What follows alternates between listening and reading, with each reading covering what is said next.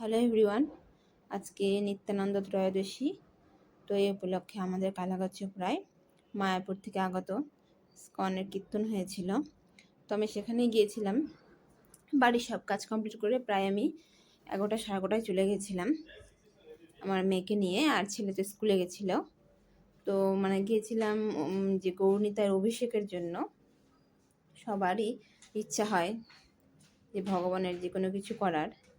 তো আমারও খুবই ইচ্ছে ছিল। তো আমি সকাল থেকে একদম না খেয়েছিলাম, কিছুই খাইনি, যে ভগবানকে গৌরনীতায়ের অভিষেক করার জন্য। তো আমি তখন চলে এসেছি, এসে যে এখন অভিষেকের জন্য তৈরি হচ্ছে। আর যিনিরা প্রভুরা ছিলেন মহারাজ, উনি কিছু ভগবদ গীতার কিছু পাঠ করছিলেন। তো গিয়ে প্রথমে ওগুলো শুনে নিলাম, শুনে তারপরে যে গৌরনীতায়কে অভিষেকের জন্য তৈরি করে নিল। তারপরে প্রভুরা ধীরে ধীরে গৌরনীতায় অভিষেক করলো। প্রভুরা অভিষেক করার পর তার মাতাজিরা অভিষেক করতে লাগলো। এই যে দেখো গৌরনীতায়ের ছবি, এর মধ্যেই নানা রকম ফলের রস, দুধ, ঘি, মধু সব কিছুতে অভিষেক করা হয়েছে। তো এই অভিষেকটা না খুবই ভালো লাগে। সব কিছু একবারে মিশিয়ে শঙ্খতে করে, জল শঙ্খতে করে গৌরনীতায়ের ভগবানের অভিষেক করা হয়। তো আমার তো মায়াপুর ইস্কনের কীর্তন খুবই ভালো লাগে। এনাদের কীর্তনটাও শুনতে, হরিনাম শুনতে খুবই সুন্দর লাগে, আর মনে না একটা আলাদাই শান্তি চলে আসে।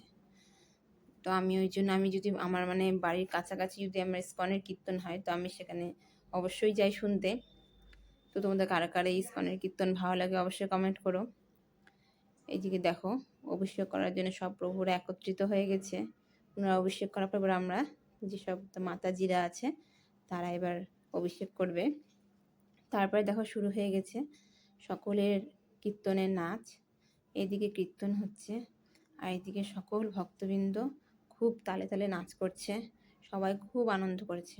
ওইদিকে দেখতে পাচ্ছ মঞ্চে প্রভুরাও নাচছে, আর এদিকে মাতাজিরাও সবাই নাচ করছে। তো আমার তো আজকে কীর্তনে গিয়ে খুবই ভালো লেগেছে। আমি প্রায় 11টা সাড়ে 11টায় গিয়ে আমি এসেছি 3:30 4টায়। পুরো কীর্তন শুনে, গীতা পাঠ শুনে, নাম কীর্তন করে তারপরে আমি এসেছি ভোগ প্রসাদ গ্রহণ করে। তো কেমন লাগলো ভিডিও অবশ্যই